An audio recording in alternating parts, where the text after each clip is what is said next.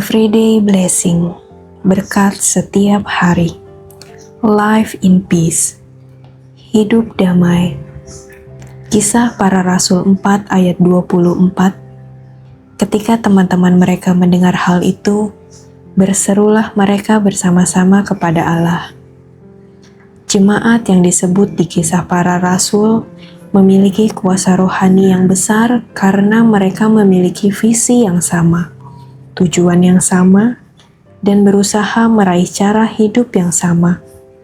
Mereka berdoa bersama, hidup dalam kerukunan, memelihara satu sama lain, saling mencukupkan kebutuhan seorang akan yang lain, dan hidup dengan penuh iman. Gereja perdana yang digambarkan di Kisah Para Rasul hidup dalam kesatuan dan damai sejahtera. Namun, saat gereja itu terpecah menjadi beberapa kelompok dengan pendapat yang berbeda-beda, kuasa gereja pun kian surut. Mereka yang tak mau sepakat karena kesombongan dan masalah terkait lainnya, membuat gereja itu terpecah menjadi banyak kelompok yang berbeda. Orang-orang di gereja di Korintus adalah orang-orang seperti kita. Mereka punya relasi antara satu dan yang lain. Kita membaca di 1 Korintus 1 ayat 12. Yang aku maksudkan ialah bahwa kamu masing-masing berkata, aku dari golongan Paulus, atau aku dari golongan Kefas, atau aku dari golongan Kristus. Bagi saya, yang berubah dalam perdebatan di zaman ini hanya namanya saja. Saat ini kita mendengar, aku Katolik, aku Lutheran, aku orang Baptis, aku Pentakosta, atau aku orang karismatik.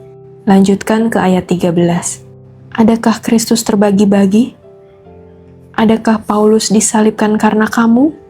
Atau adakah kamu dibaptis dalam nama Paulus? Paulus memberitahu jemaat Korintus untuk mengarahkan pikiran mereka kepada Kristus, bukan antara satu ke yang lain.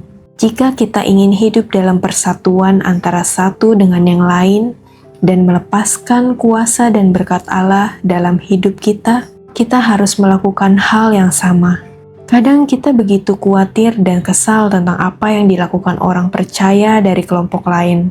Sampai-sampai kita lupa kepada Yesus dan bahwa Dia memanggil kita untuk tinggal dalam kesatuan antara satu dengan yang lain. Firman Allah memerintahkan, mendorong, dan mendesak orang percaya untuk hidup dalam kerukunan. Sebab Allah ingin kita memiliki hidup yang diberkati dan penuh kuasa yang datang dari damai sejahteranya. Misi: memiliki masalah dengan umat percaya yang lain yang berbeda, tanggapi hal itu dengan sikap rendah hati. Doa: ya Bapa, kami mau percaya kepadamu dan melepaskan kekhawatiran kami saat kami hidup dalam damai sejahtera. Kami akan memiliki hidup yang diberkati dan kuasa yang Engkau kehendaki untuk diberikan kepada kami. Dalam nama Tuhan Yesus, amin.